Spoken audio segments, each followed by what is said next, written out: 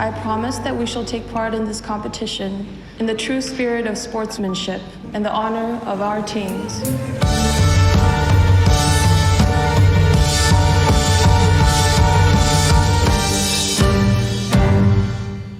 Memory is so abstract, it's hard to say what is exactly my first memory, but one is sitting on my mom's lap, learning the Mongolian alphabet, and her trying to make the shapes into images. And I remember thinking that letters were like magic and that my mom was magic. It's one of the earliest memories I have.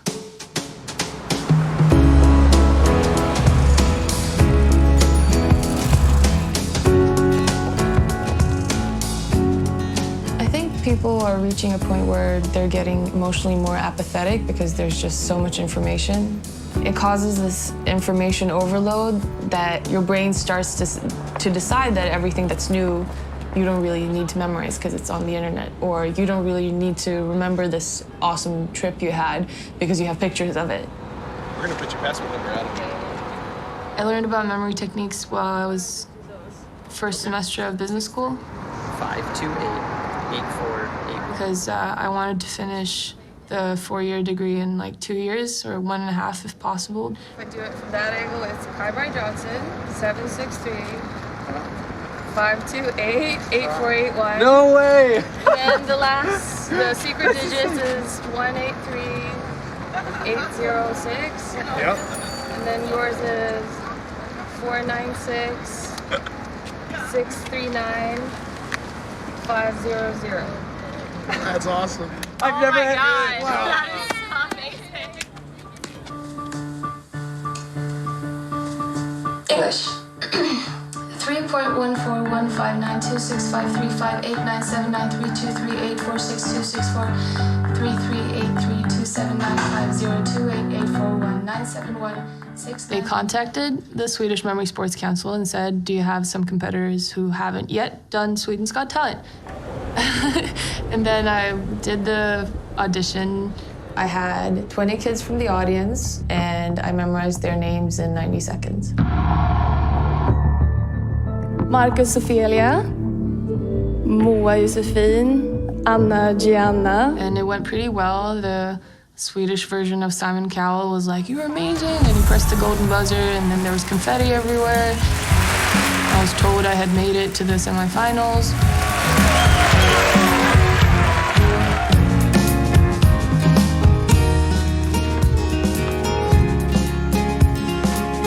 Being able to remember names and faces is really good for professional settings because you shake hands with so many people, and people remember people who remember them.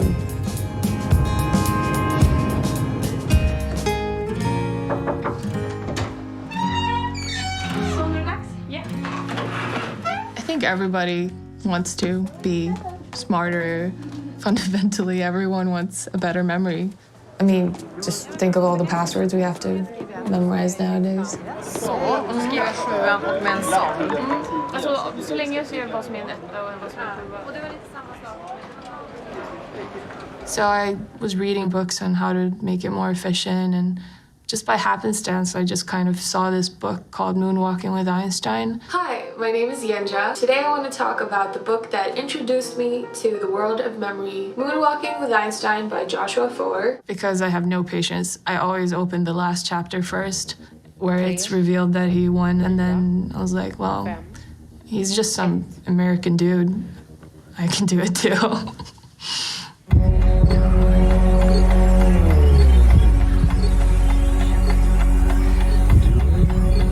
The whole thing about memory is everything looks the same when you don't know anything about it. So the numbers, they just look like a wall of numbers when you don't know anything about memory techniques. 1, 7, 3, 9, 7, 4, 2, 2, 3, 1, 7, 8, 7, 1, 3, 5, 7, 5, 6, 9. 8, 6, 4, 6, 5, 9, 3, 4, 5, 1.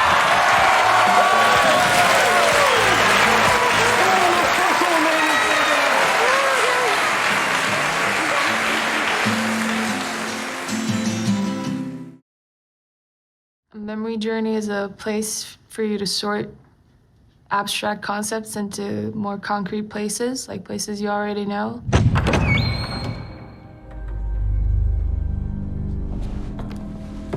The Appledore vaults are my mind palace. You know about mind palaces, don't you, Sherlock? How to store information so you never forget it. By picturing it. I just sit here, I close my eyes, and down I go to my vaults. I can go anywhere inside my vault. My memories. So what exactly is a mind or a memory palace? And how do you use it? So even Sherlock is afraid. Well, at its simplest level, it's about attaching memorable images to names, numbers, or information you need to remember, and then storing those images in some place like a palace, or any building, really, you can imagine walking through when you want to retrieve it. Now, let's say you're visiting London, and you need to remember the first 3 stops on the Victoria Underground. You simply add an image to each of them. So Brixton becomes a ton of bricks, and Stockwell, shelves stocked full with food. And Vauxhall could be Vox, an opera singer, singing an opera in a concert hall. Now, if you're cramming for exams or you're a memory contestant, you create a more complex system, where you assign every number, for example, a letter, which then translates into a word you can remember. And you can create words from 2 numbers, or 3, or even 4. Let's say you want to remember the year 1240. Now, 1 is a T, 2 an N, 4 an R, and 0 an X. TNRX. Turnrex. The year 1240 suddenly becomes a Tyrannosaurus Rex.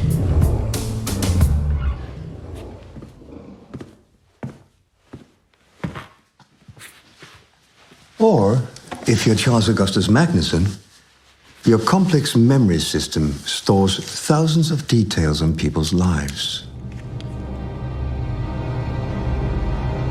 allowing you to blackmail them.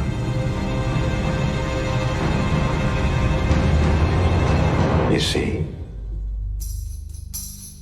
When you describe it, it sounds so difficult, and it's so much easier done than said. But when you have like a strong association or feeling about every single set of 3 digits, it all becomes alive. 1 is a T, 1 is also an E, and 2 is an N. So 112 would be tin. That could be the Tin Man from The Wizard of Oz, because it's just easier to remember one memorable character rather than a group of numbers.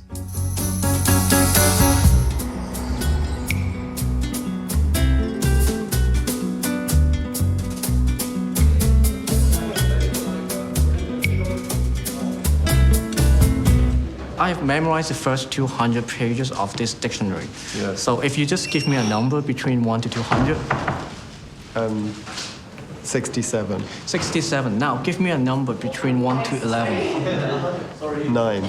9. I think it's box, B-O-X box. Let's take a look at page 67. 68. 67. 9. Yeah, box.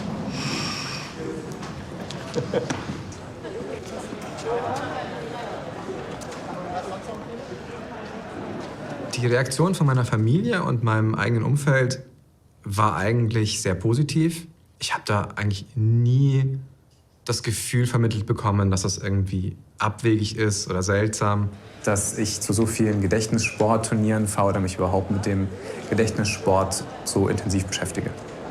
Ich bin im Jahr 2005 das erste Mal mit dem Sport in Kontakt gekommen. Es gab eine Übungssoftware. Level 1 merkt ihr 5 Wörter. Da ich schon als Kind mit Videospielen aufgewachsen bin und einem so dieses Level-System irgendwie auch sehr vertraut war, fand ich es faszinierend. Could all competitors please take their seats?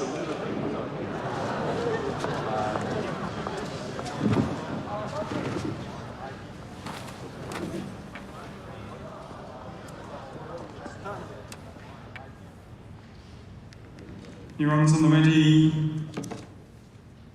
9, 8, 7, 6, 5, 4, 3, 2, 1, 0, 7, 8, 6, 0, 9, 8, 4, 7, 9, 3, 8, 7, 0, 9, 3, 1, 5, 0, 5, 2, 4, 8, 3, 0, 4, 0.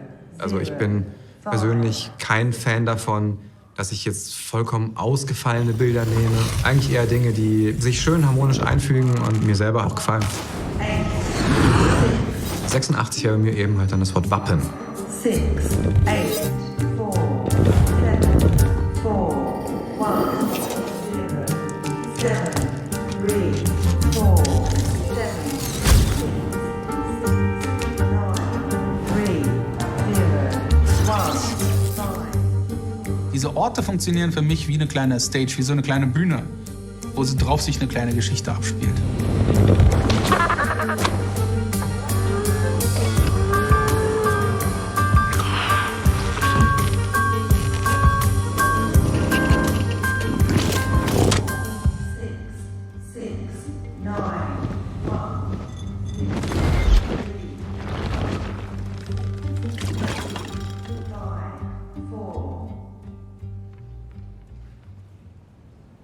Okay, pick up your record sheet.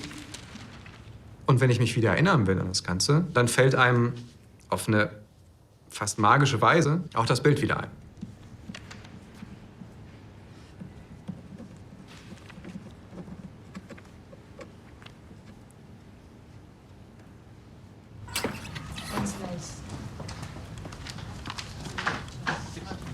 This is all the results.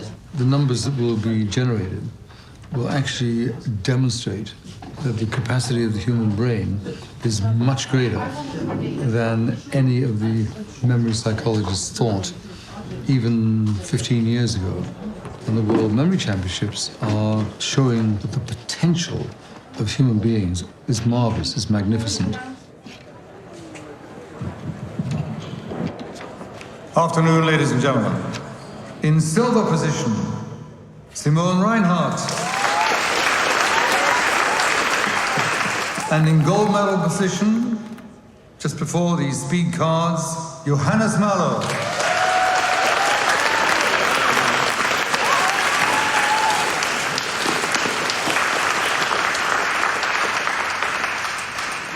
Simon is very good on speed cards, so yeah, see what happens. I cannot say what happens.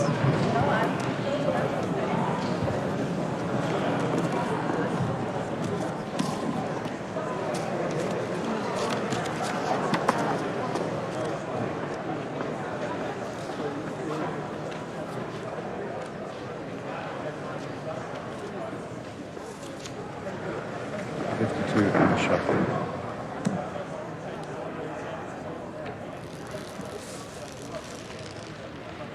Ten seconds.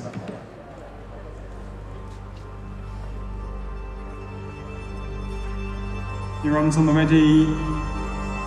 Go.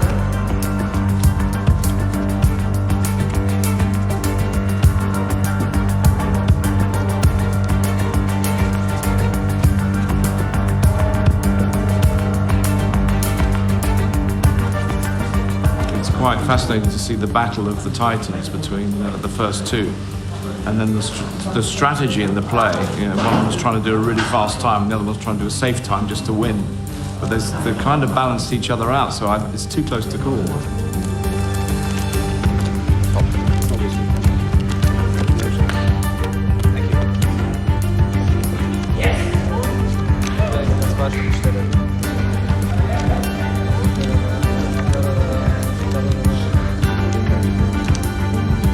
Johannes has got it! He's our new world champion!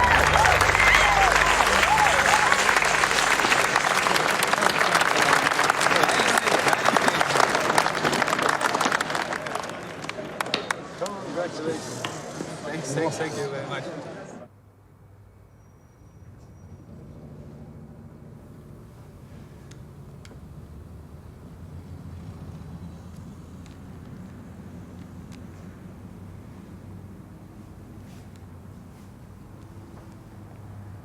Meine erste Erinnerung geht, glaube ich, zurück, als ich ins Krankenhaus musste und mir die Mandeln ausgenommen worden sind. Ich weiß halt noch genau, wie ich dann ins Krankenhaus kam und wie ich dann da liege und dann irgendwie neben mir noch jemanden liegen sehe und dann irgendwann die Lichter ausgehen. So, ich klicke das am Anfang immer einmal durch, so die ganze Präsentation und gucke, ob alles da ist. Also das Modell der 3 Gedächtnisse beinhaltet das Kurzzeitgedächtnis, dann gibt es das Arbeitsgedächtnis und das Langzeitgedächtnis. Den Gedächtnissport habe ich entdeckt, als ich eine Fernsehsendung geschaut habe. Da hatte ein Gedächtnistrainer Verona Feldbusch beigebracht, wie sie sich eine 20-stellige Zahl merkt. Dann habe ich gedacht, okay, wenn die das kann, die 20 Zahlen da sich zu merken, dann kann ich das doch auch irgendwie.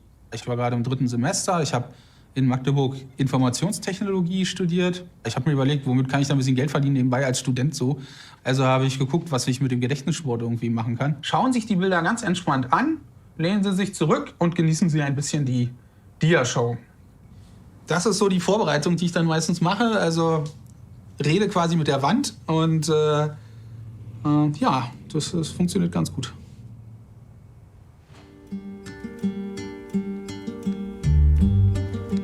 So how did this memory palace technique get started? The story told is that the Greek poet Simonides was invited to recite at a big celebration in a temple. After his performance, he went outside to meet some messengers. Suddenly, the temple collapsed, crushing everyone inside. Simonides was called upon to help identify the bodies, so he walked through the temple in his mind, revisualizing exactly where everyone had been sitting. The memory palace technique was born. Soon it was being used to memorize speeches, poems, and philosophical arguments by Greek and Roman writers like Aristotle and Cicero.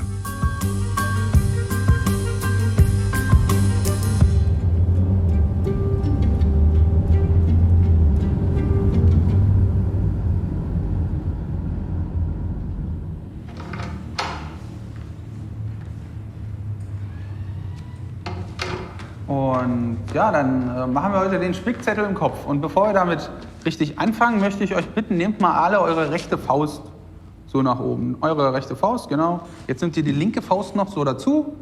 Und jetzt bringt ihr beide Fäuste mal so vor euch zusammen und schaut mal von oben drauf. Das ist ungefähr die Größe eures Gehirns. Und die alten Griechen, das hatte ich ja erzählt, die haben sich ihre ganzen Vorträge, die konnten 2 Stunden lang frei reden.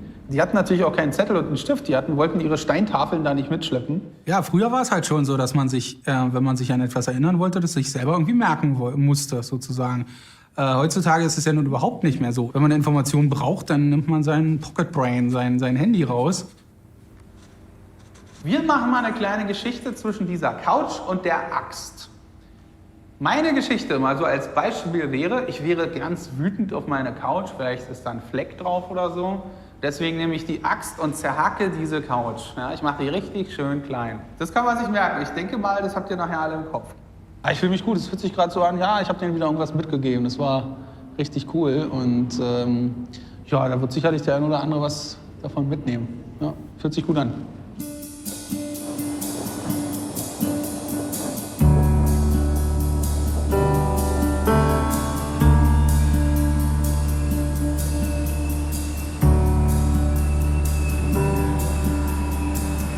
First memory, I was 3 years old. I remember seeing the older kids learning how to read, but we weren't going to read in our class. But I went home that day and told my mom that I wanted to read or learn how to read. And she came and talked to the teacher. And by the end of that year, I was still 3, I was learning how to read. It was a book called The Village with Three Corners.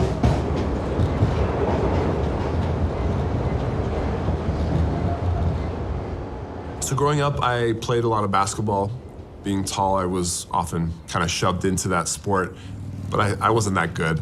I was a skinny, lanky guy, so I'd always get pushed around and yelled at by my coach because I was a big guy, but I didn't play like one. Eventually, I found CrossFit.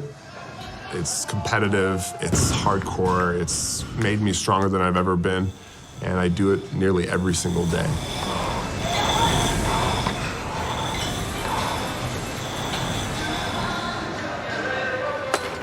I'd always been interested in things with the mind, things that were kind of beyond what people think your brain is capable of. That's always kind of been there. And when I studied physics and mathematics, that's when I got my degree in. A lot of our teachers, our professors, could do some really impressive on-the-fly calculations. And I always admired that and thought to myself, that's a really cool skill to have. But memory never really became a huge interest of mine until my grandmother started getting worse and worse with Alzheimer's. And she lived abroad in France, and so we'd get to see her maybe every 6 months to a year. So near the end, the differences between when I had seen her last were huge and super shocking to me.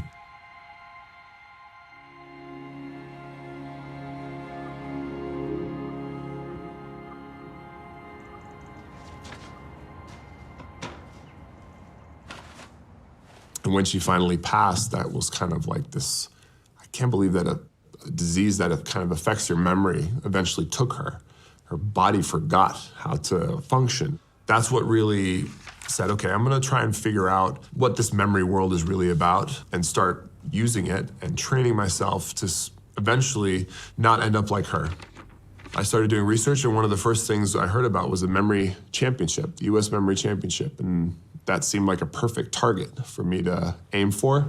You know, there were specific disciplines with records, and it was a measurable goal. I'm gonna improve my memory, and I'm gonna have to win that competition and break records. Cool, let me do that.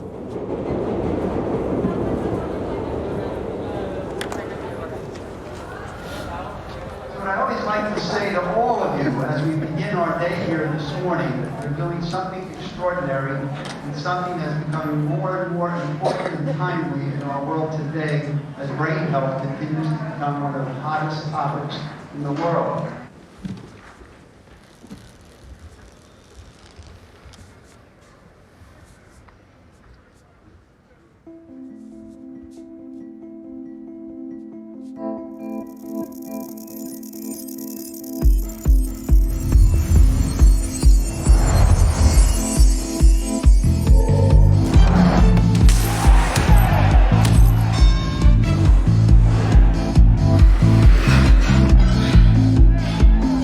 What's important about the journey is that it's something you know, that it has associations to emotions.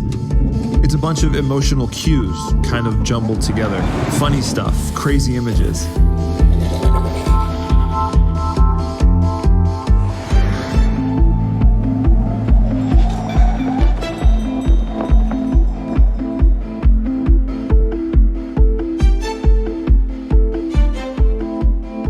You have 10 minutes for recall.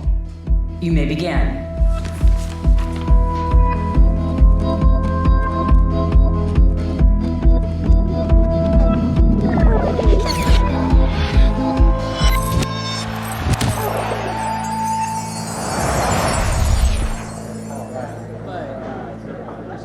With 125 is Alex Mullen right here in the front row. And breaking his own USA mark, Nelson Dellis with 201.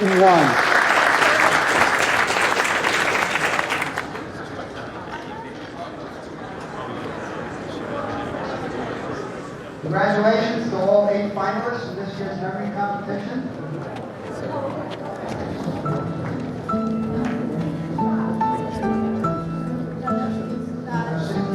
On stage, introduce themselves to mental athletes, and they get 3 misses if they're at the party. Based on what they've done this morning, this is going to get to be a real interesting event. Hi, my name is Heather Ann Parcells. My birthday is May 2nd, 1987. I live in Brooklyn, New York, 11211. I have a gray cat by the name of Vina. The phone number you can reach me at is 450-3589. My favorite car is a 1995 Toyota Super Turbo Apple Red. And my 3 favorite foods are leg of lamb, mac and cheese, And chocolate croissants. Mental athletes, you get a chance to go back into their study hall for a few minutes.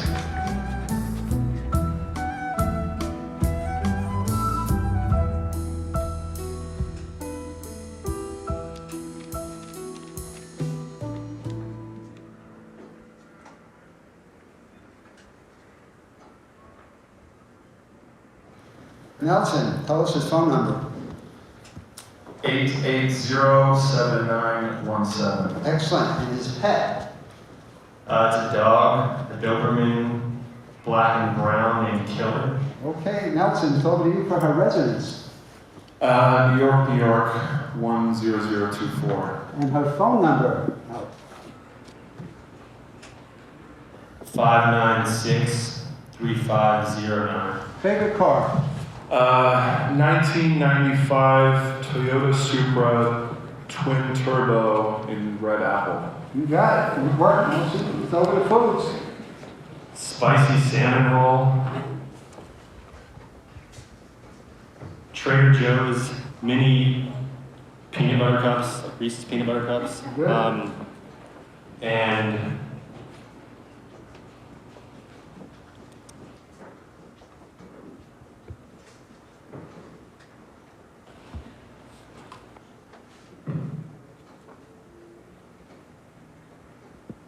Time's up. And our retaining champion, Nelson. So Nelson now becomes the second person to win the U.S. Memory Championship 4 times. So congratulations.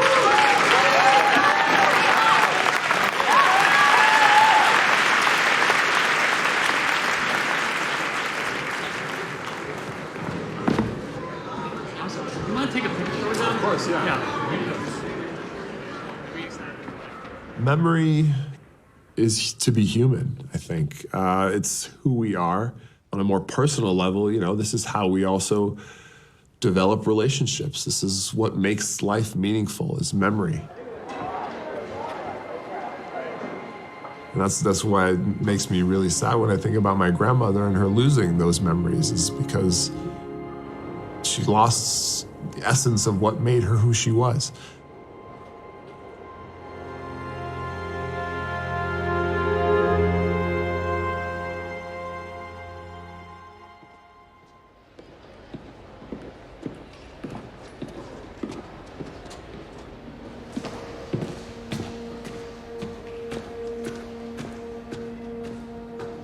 Ich denke, dass das Erinnern an sich einem die Basis dafür gibt, überhaupt einen Weg in die Zukunft zu haben.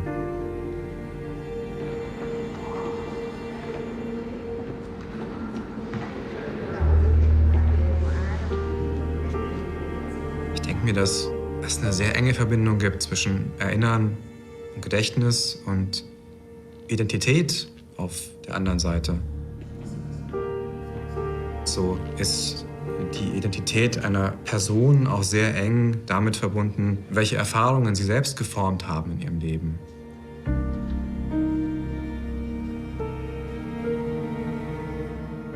So wie die Kultur letztlich ja auch die Summe aller wertvollen und guten Erinnerungen einer Gesellschaft ist über die Jahrtausende. Kultur ist letztlich im Kern Erinnerung.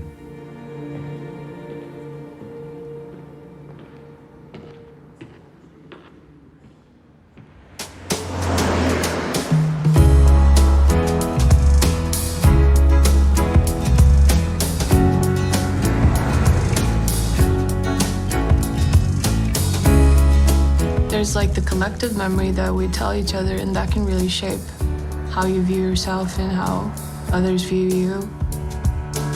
You can feel super attractive next to someone who remembers you as a very attractive person, and then you talk to someone who knew you when you were a geek. I moved to Austin in 2016. Nice food, nice weather, nice people, and an opportunity for me to get better at speaking English, so. Are you okay, Ariel? All right. Hey, everybody. Show me how you guys can fit in nicely.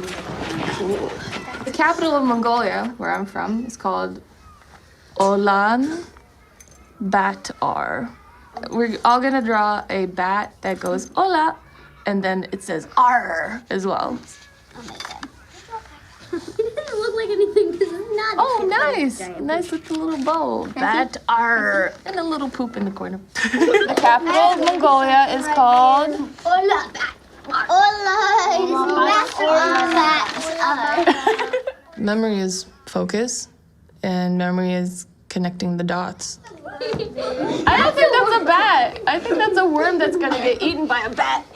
A memory palace is an augmented memory, and a picture is also an augmented memory because when you see that picture, like the rush or like a flood of memories come back to you, and it's like, oh right, and that's when we were in Greece, and that's when you stubbed your toe and you were so mad because you didn't want to take the picture, and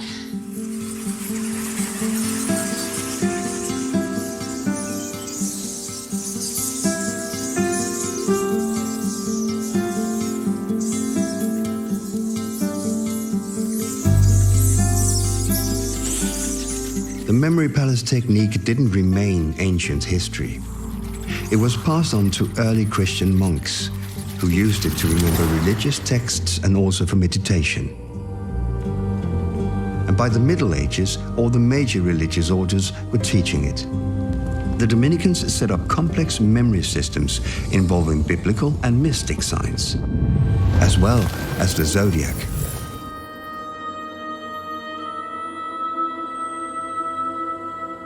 Manchmal kombiniere ich einen realen Weg mit einem Fantasieweg und dann endet der reale Weg zum Beispiel im Garten von dem Haus von meiner Mutter und da schließt sich dann eine kleine Fantasiegeschichte an, die als Weg funktioniert. So, da kommt so ein UFO angeflogen und dieses UFO ist ein Wegpunkt. Also der Weg ist mein Werkzeug und jetzt kommen Informationen, die ich mir merken soll. Zum Beispiel das Pik Ass ein bisschen aussieht wie eine Tanne und der Pik König, der König in der Natur ist vielleicht der Löwe.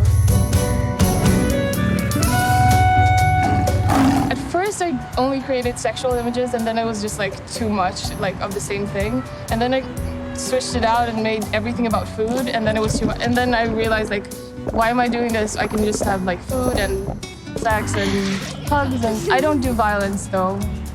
That didn't work well for me. Cartoons, there's Mickey Mouse, some porn stars in there, basketball players, hockey players. Not that many porn stars. I still think the most important thing is because you're spending so much time thinking about fun stuff and not just memories that were like kind of happened to you, you also feel a weird sense of agency and independence.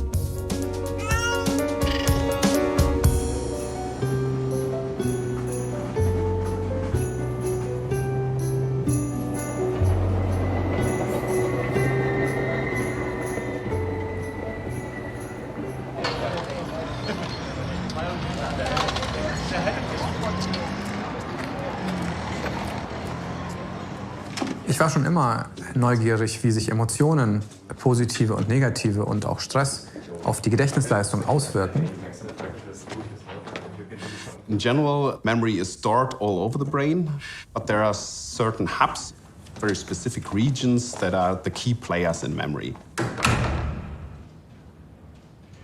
If something really arouses our emotion, if you're stressed, if something is maybe dangerous, that is like a sign of nature that that might be an important memory and that therefore that memory has to be remembered at a later point.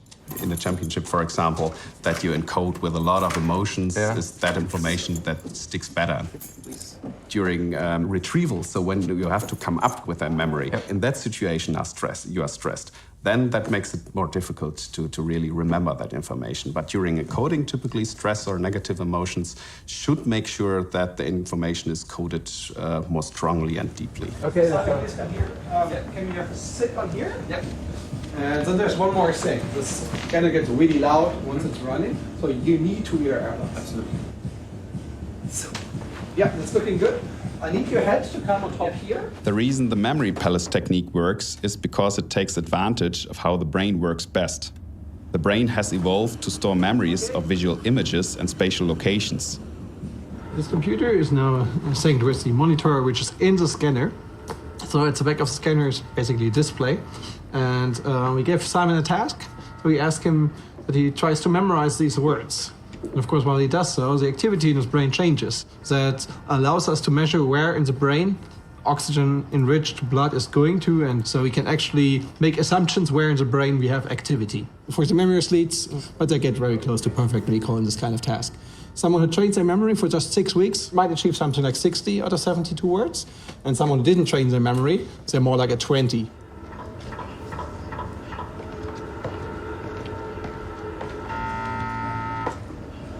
So what we see here is the brain of a memory athlete. And this tiny part here on the right side of the brain, of the hippocampus, is enlarged in memory athletes compared to control subjects. That structure is involved in stimulus-response learning. So if you go from location to location in your route, and you see a given scene or a given location, and then you come up with the information you placed there. Okay. That is a structure where very that is important interaction between this and the hippocampus. We know from previous studies that in particular this part that is important for navigation can become larger through training. For example, in taxi drivers, if they learn for years and years how to navigate, then that part of the hippocampus actually gets bigger. What we learned studying memory athletes is that their brains aren't different structurally than the rest of us. Instead, what we see is that they have a changed connectivity pattern in their brain. Some brain regions are more strongly connected, others are more weakly connected. And what is fascinating is that we found if you teach complete novices the memory palace technique, they not only perform better on memory tests, but they also change the connectivity patterns in their brains in the same way as we see with memory athletes.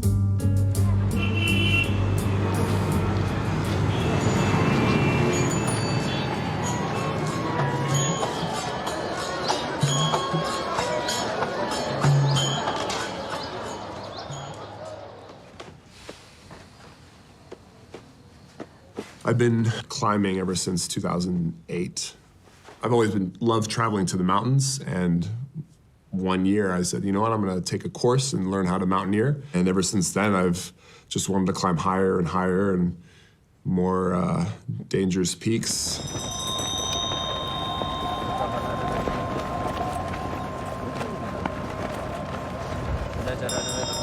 I've been up Kilimanjaro, Mont Blanc, Denali, a bunch of peaks in Peru as well, Ecuador. We're in a cozy little tent here. My awesome Sherpa, Tenzing. Tenzing is our friend. My friend wanted to film me memorize a deck of cards, so I did it, and we had a good time. I was explaining to the Sherpa how I did it and what were some of the images in my memory palace, my journey. Okay, so for every card, I give it a picture. Imagine King of Hearts is you. Okay, so whenever you see the King of Hearts, it's Tenzing. Okay. You picture Tenzing climbing a mountain. Queen of Hearts is your mother because of the hearts, queen. Okay, so when you see Queen of Hearts, you think of your mom. Maybe she cooks really good dal bhat. Yeah, so you picture her doing that. I make a story. It's Tenzing. Maybe he's having dinner with his mother, and then Taki comes in, barging through the door with Nelson on his back. The Sherpas love to play cards for money, so I wonder if he used that for his benefit when he got back down. I practice every day. The first time took me 30 minutes. Then I get faster, and now I did a minute, you know. You see?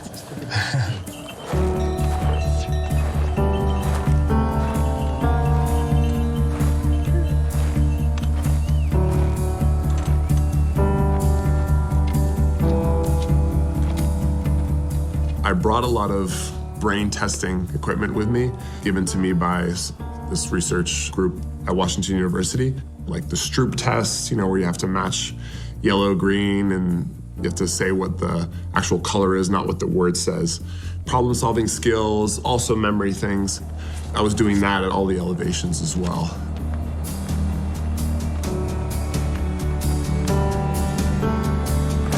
At the time, I had never broken 40 seconds on a deck of cards, and on that trip, I got into the 30 seconds. So I was actually getting faster as I went higher, which seems incredibly counterintuitive. You think less oxygen, worse performance for the brain. But for some reason, these techniques are strong as hell and are really sticky.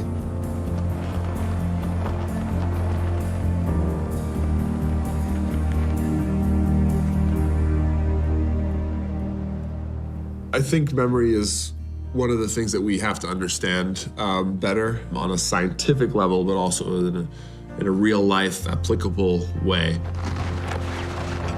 This is part of the messaging that I try to spread after my grandmother passed.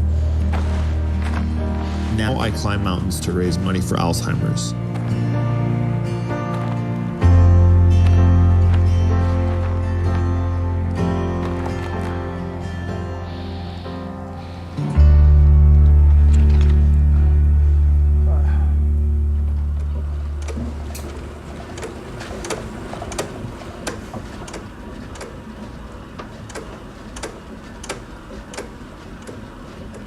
FSAD ist eine Muskeldystrophie, die eben die körpernahe Muskulatur, Skelettmuskulatur betrifft.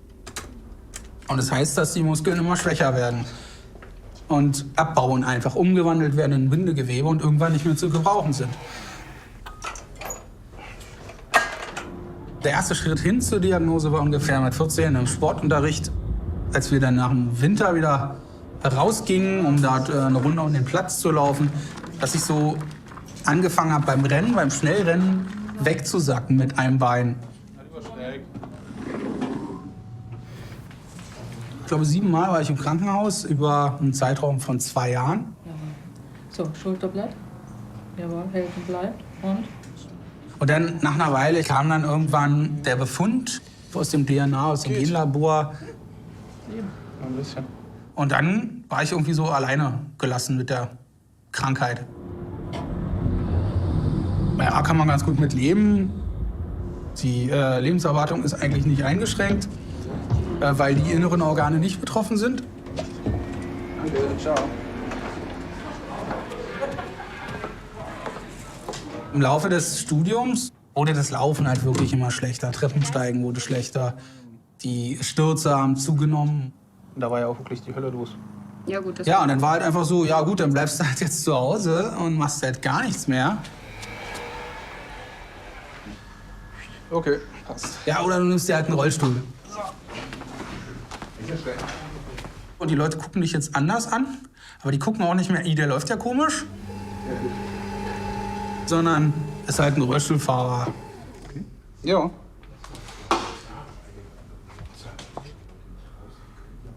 Ich kann mich auf jeden Fall erinnern, wie es war, zu laufen, weil so lange ist es eben einfach auch noch nicht her. Ich habe mich einfach immer gerne gemessen, zum Beispiel beim Tischtennisspielen, auch da Turniere mitgespielt und so weiter und ich wollte einfach immer gewinnen.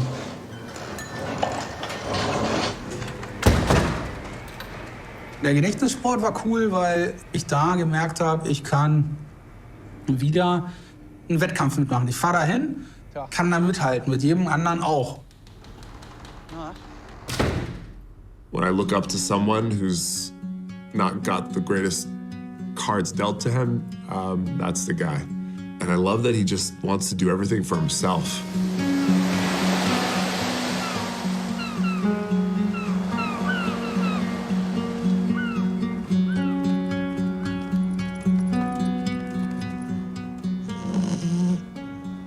I love going through those memory palaces, those journeys, just because it's like reliving it. And they're almost like a little VR bubble, and I can just jump into it, and there's my childhood home. And same with these climbs. I've been up the same mountain many times, and sometimes you go back hoping for that same experience, but it's never the same. But with these memory palaces, I've kind of preserved those within the journey, which is, it's really special to me. About 4 or 5 years ago, I started teaching memory techniques, bringing them to big companies and teaching individuals. Try to think of something you do that doesn't involve memory, and I guarantee you can't. It's everywhere. I'm always getting emails every day for a different thing. Post office worker who needs to help remember zip codes, or salesmen who need to remember facts and figures. If you're saying that memory would not improve your life, you're kidding yourself. What's up, everyone? My name's Nelson Dellis, and in today's episode, I'm going to teach you how to memorize language vocabulary, names and faces. All right, so one of the things I wanted to ask you was for the everyday person, for practical application, what have you found for you has been the most useful in terms of memory techniques or tips? The main question that I get is just how to use memory techniques for school, for studying. So, I mean, I think I'll just kind of list the first 2 things that come to the top of my mind. So the first one is obviously just to try to, when you're having trouble remembering something, try to turn it into a picture. I think a really easy way to do that is to practice with people's names. Karen becomes a carrot, or Tom becomes like a Tommy gun, or, just something like that. Subscribe, like, share, all the things. I'll see you very shortly. Thanks, guys. Peace. That's it. Es ist falsch, zum Beispiel jetzt sein natürliches Gedächtnis irgendwie in die Tonne treten zu wollen und sich jetzt alle Sachen, die man am Tag wissen will, nur noch auf Orte abzulegen. Das wäre Irrsinn. Was man einfach tun muss, ist, dass man selber genau seine eigenen Stärken und Schwächen kennt. Vorträge, Meetings, Punkte, die ich jetzt ansprechen will, ohne immer meinem Zettel festzukleben. School could be easier, life could be easier, human interaction could be easier. So many things could be easier with the help of memory. And I do enjoy competing just for the sake of competing. I'm not gonna lie. I actually like being in the zone. I actually like performing well or getting a personal best.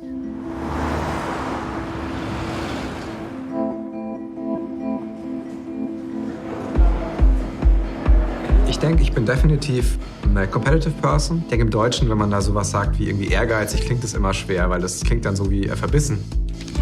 Ich bin aber eigentlich gar nicht so verbissen in der Hinsicht, sondern mir macht der Wettkampf einfach wahnsinnig viel Spaß.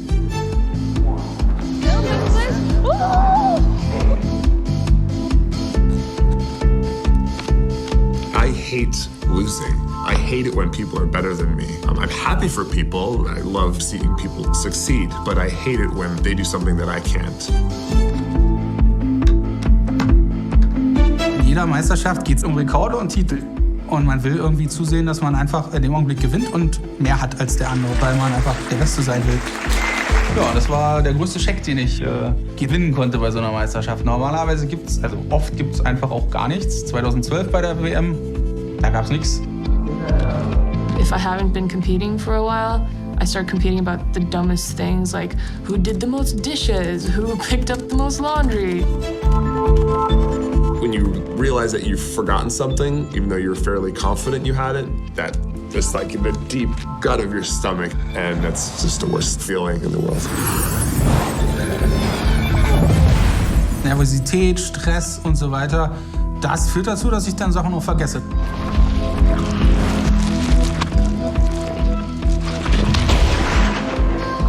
I don't care about being pretty or smart or kind, like I just really want to win. The first World Memory Championships, and this is, I think it's so like a metaphor, like an analogy for the rest of the world, is the first World Memory Championships was 7 dudes who were bored having tea in a tea salon in London who said, oh, let's have a memory competition. And they just like made up the rules on the spot. And then whoever won out of those 7 dudes was the world memory champion, according to them.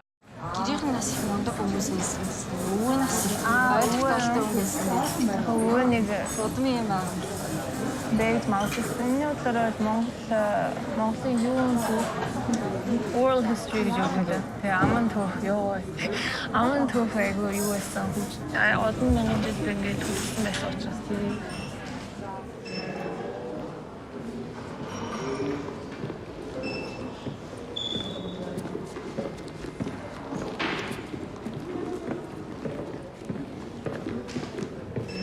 So those drawings or calligraphy art, he's drawn the word and then drawn the image of the word around it. So if you see over there, there's a dog and a rooster. I'm the year of the rooster. So it's written, the old Mongolian script says rooster, and then he's also drawn an entire piece. So old Mongolian was way more, I would say way more image-based. And now, because of the whole socialist regime, we've stayed with the more vocal or sound-based Cyrillic alphabet. I know that this is harder, but I think it's more worthwhile to keep tradition. So, yeah. I think that those foundational moments of learning the Mongolian alphabet or learning English in Mongolia and stuff with kind of subconscious memory techniques, I think that helped.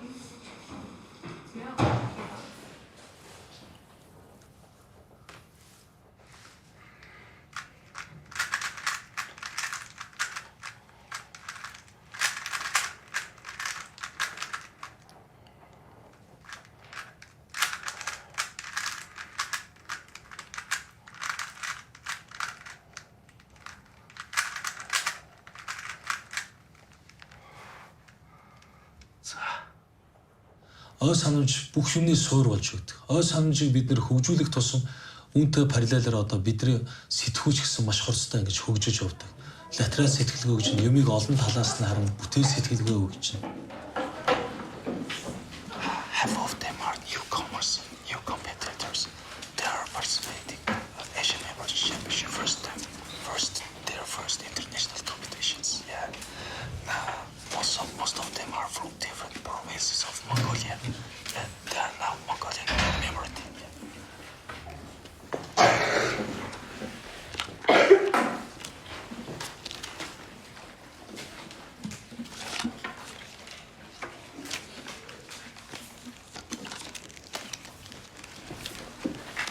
The Mongolian memory team has a strong sense of community.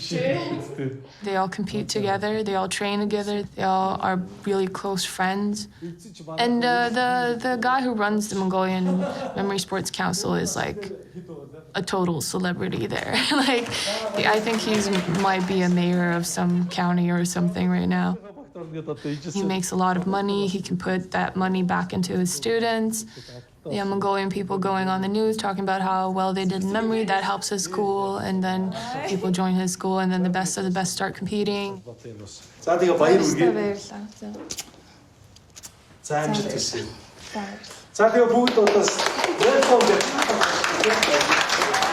Тэгээд янжагийн талаар бас хэвлэлээр сонсч ихэлсэн. Одоо ер нь бол одоо ялангуяа 2014 оны ой тогтоолтын дэлхийн аврагт бас энэ янжаа маань бас оролцож байна. Анх одоо яг нөгөө монголчуудтайгаа бас ингээд өрсөлдөхнээ гээд манай Монголын баг маань бас өрсөлдсөөр хагаад 26-аас 2-т орсон, шивэд 1-т орсон. Тэгэхээр шивэдийн баг маань бас төрүүлэхэд бид нэг 100-200 гаруй оноогоор ялагдсан. Эмэгтэйгээр бид нар бахархсан. Үнэхээр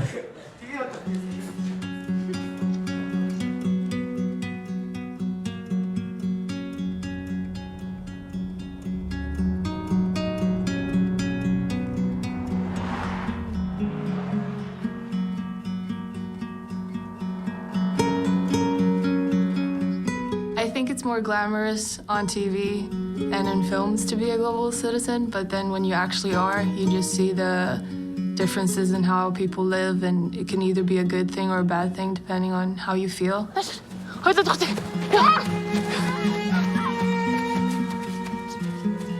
Mongolia is probably the most beautiful place on earth with the most beautiful people in it, and I feel very loved when I'm there. And I feel very understood, even though people can tell that I have like the mannerisms of a Westerner, and that I think from like a very Western perspective on things, and my jokes are very American.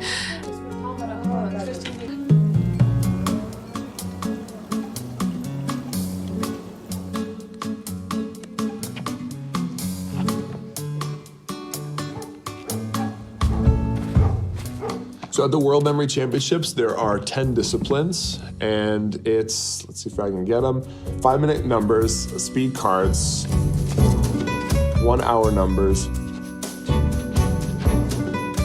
1-hour cards. Namen und Gesichter. Random words. And binary digits. Abstract images, which we've kind of changed recently to just random pictures. Historic dates, which is the one I always forget. And I'm missing one. Gesprochene Zahlen? Oh yeah, spoken numbers. Ich versuche halt jeden Marathon noch mindestens 2-mal irgendwie zu machen, also die langen Disziplinen. Mich gerade auch auf die gesprochenen Zahlen zu konzentrieren, weil die sind halt auch vorletzte Disziplin. Und wenn man da was Gutes hat, dann hat man immer noch die Chance, egal von wo man kommt, noch was einzuholen. Und da geht es ja immer darum, alles richtig zu haben. Man darf ja keinen einzigen Fehler haben.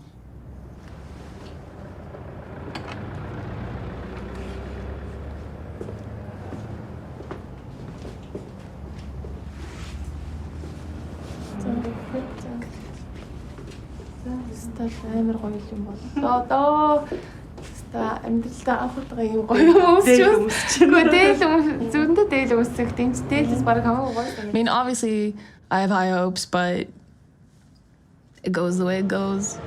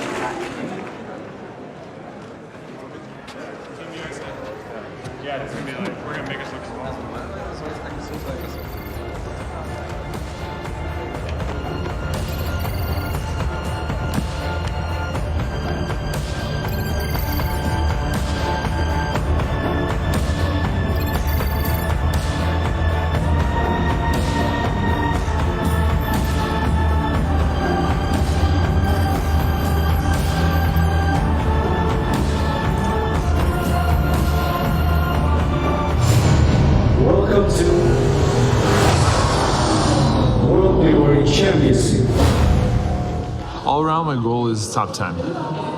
I mean, there's, I think, 8 of the top 10 people in the world here, so if I can squeeze in somewhere there, I'll be very happy.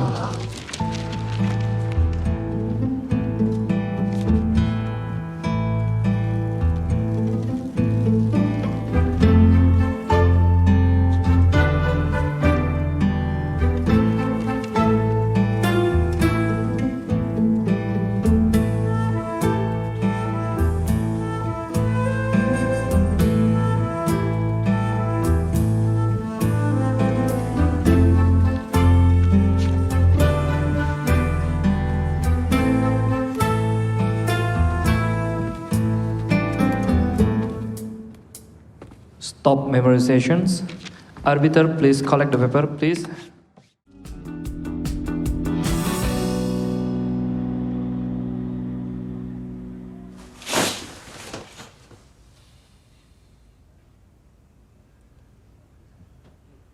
So what are you doing tomorrow? I'm gonna do some Christmas shopping. Okay. All right, well, I gotta get ready. We're starting soon. All right. Good luck. Thank you. I love you. For me, it's been not the best of my competitions, but I'm not surprised by my performance. I mean, I didn't prepare as much as I should have, so I think considering that, I'm probably doing okay. You know, I always have expectations, and in some events and some parts, I usually meet them or exceed them, but overall, I always kind of walk away disappointed. The World Championships, that is. And this time I'm feeling that a lot, just because I know I could have trained harder, and I know I could have done a lot better. I want to do better, but I always have to wrestle with what it's worth, right, in terms of my career and real life. Because when I started, it was just pure passion, right? And I had other things going on. This was just something I did because I loved it and did nothing else. So I would just do it, show up to the competition, I would win, and then that was great. But then now it's like, as you get older, I've quit everything to do a full-time career in memory.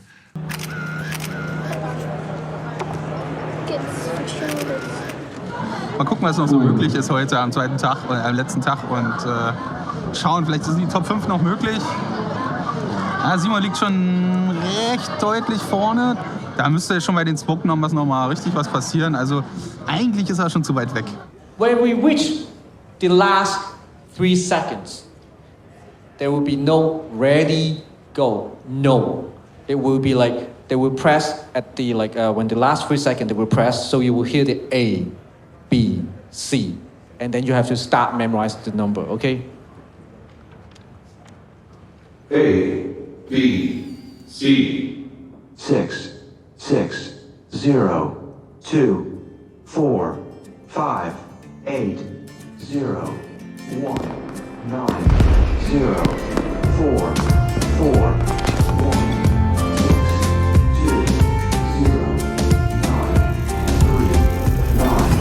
Nine, two.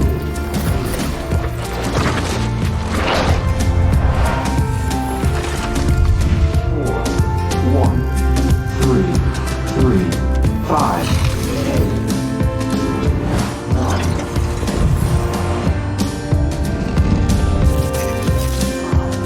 0, 9, 8, 3, 8.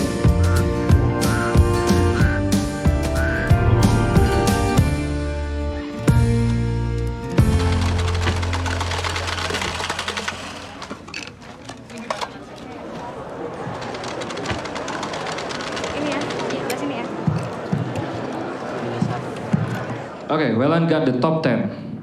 So right now, based on the top 10, we have Alex Mullen with 8,851 points. Next one, we have Musu with 7,970 points. Ensu, number 3, with 7,310 points. Followed by Yenja, we have 7,276 points. Followed by Johannes Mello, 6,813 points. Simon Reinhardt with the 6,605 points.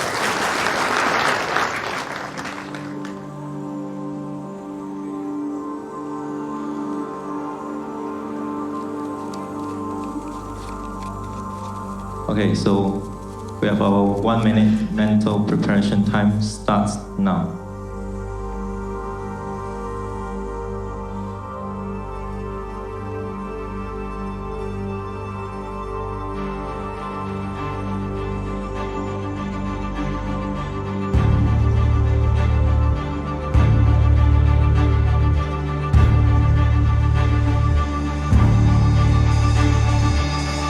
Ready, go.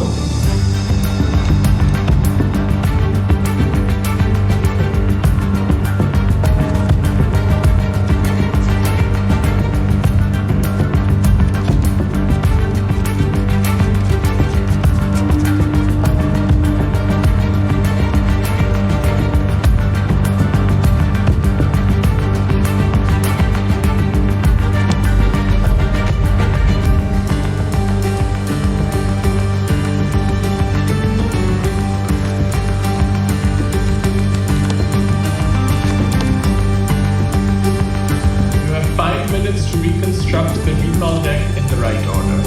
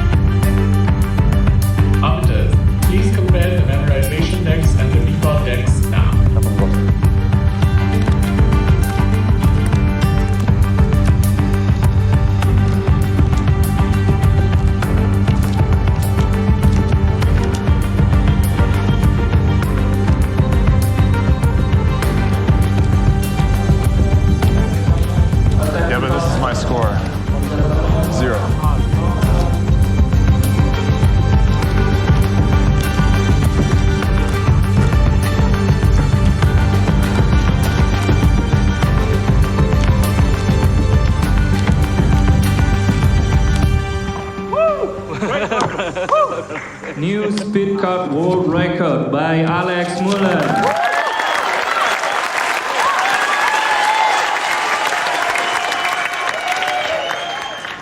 If you asked me 2 years ago what I thought my limit was, I would have said, something not too far from where I was then, and now I'm, almost twice as fast as I was at that point. So, the limit kind of keeps getting pushed past what, you think is possible at the time. So I try to just not think about the limits anymore and just sort of keep trying to improve. For the second runner-up goes to Yanja Winato from Mongolia with total 7,425. The first runner-up goes to Mungshur Narmanda from Mongolia. The winner of World Memory Championship, Alex Mullen from USA.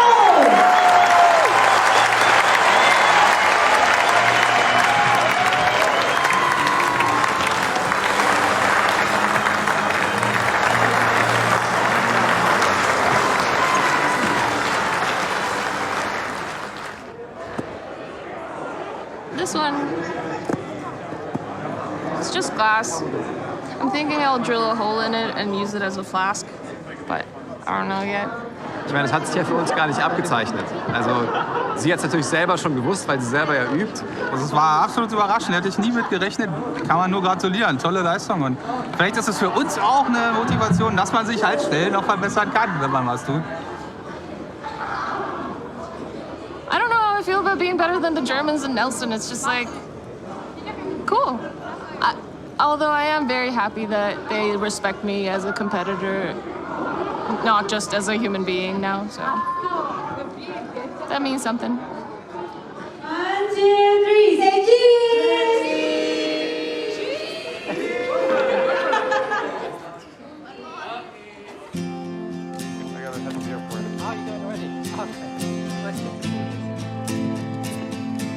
I want people to think about health as something that is both your body and your mind.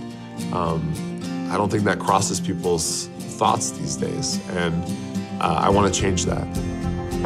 By keeping both physically and mentally active, we can help preserve our brains and our memory.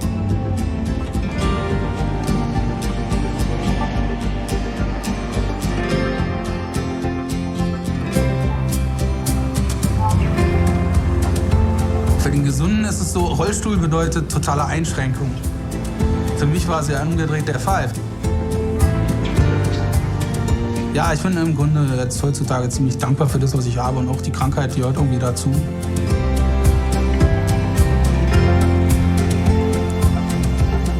Das ist eigentlich wahnsinnig faszinierend, wie das Gehirn an sich es schafft, unsere Eindrücke und unser Leben und die Bilder und die Gefühle, die wir haben, umgesetzt in elektrische Stöße oder Reize nicht nur festzuhalten, sondern uns auch wiedergeben zu können.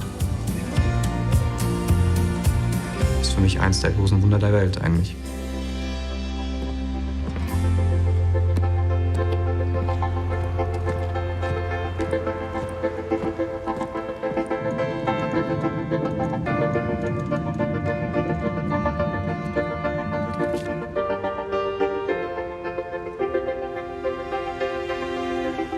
Okay, so like on a neuroscience level, it's probably just like imprints in your head, in your brain area.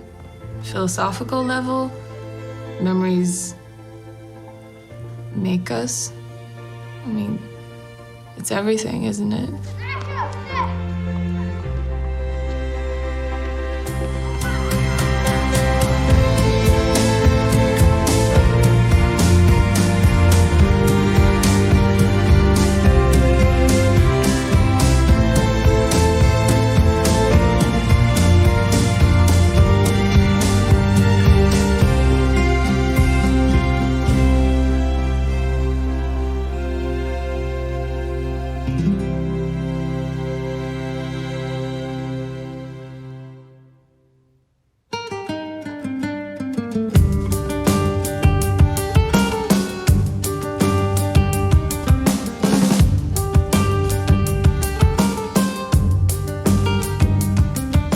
Best memory trick. We were at a dinner table of 10 of our friends. It was someone's birthday, and the check came, and one of my friends was like to the waiter, "This guy can memorize all the credit card numbers And if you can do that, you should give us the bill for free.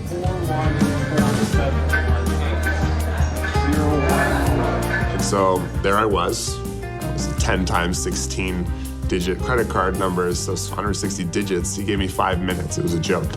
And of course I got it. We didn't get the meal for free. It was like, yeah, I can take off one of your meals. But anyways, we ended up doing that same process at multiple restaurants. That was like the thing we did that summer.